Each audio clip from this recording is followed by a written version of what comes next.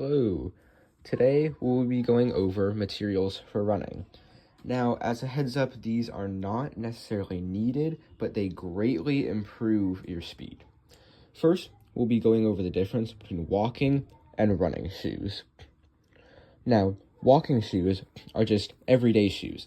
They tend to be a little stiffer and a little more bulky. They usually provide more comfort over function. Running shoes, on the other hand, provide function. You can already tell the difference as these running shoes are a little bit slimmer. Now, these running shoes are flexible around your foot and very lightweight as to decrease air resistance. They provide lots of support while not being too cushioned, and you can even get them specialized to which part of your foot hits the ground first. Now, whenever you are tying your shoes, make sure to have them tied as tightly as possible, but not painfully tight. When you're tying them originally, you want to tie them a little too tight, as when you move, your ankle will automatically make room for your foot. Now, another form of the running shoe is the spike. As a warning, these shoes can only be worn on a track or on grass, as you don't want to damage the spikes on the end of the shoe.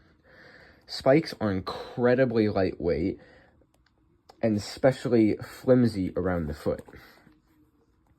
This is so you maximize your speed. On the bottom of the shoe,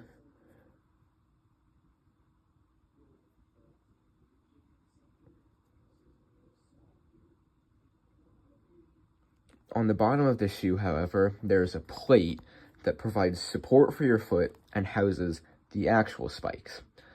Spikes go on the toe of your shoe. Spikes go on the toe of your shoe and are screwed in. This is because spikes are meant to be run on your toes. Whenever putting in spikes for the first time, you want to take the spike, put it into one of the little holes, make sure it's in there with a little twist of the finger, and then you get your specialized running tool. Now see, it's specifically shaped to go around the spike, and then you just twist it in. Now, spikes do occasionally need to be replaced when they fall out or if they get dull. To do this, just take the tool, unscrew the spike, and put in a brand new one.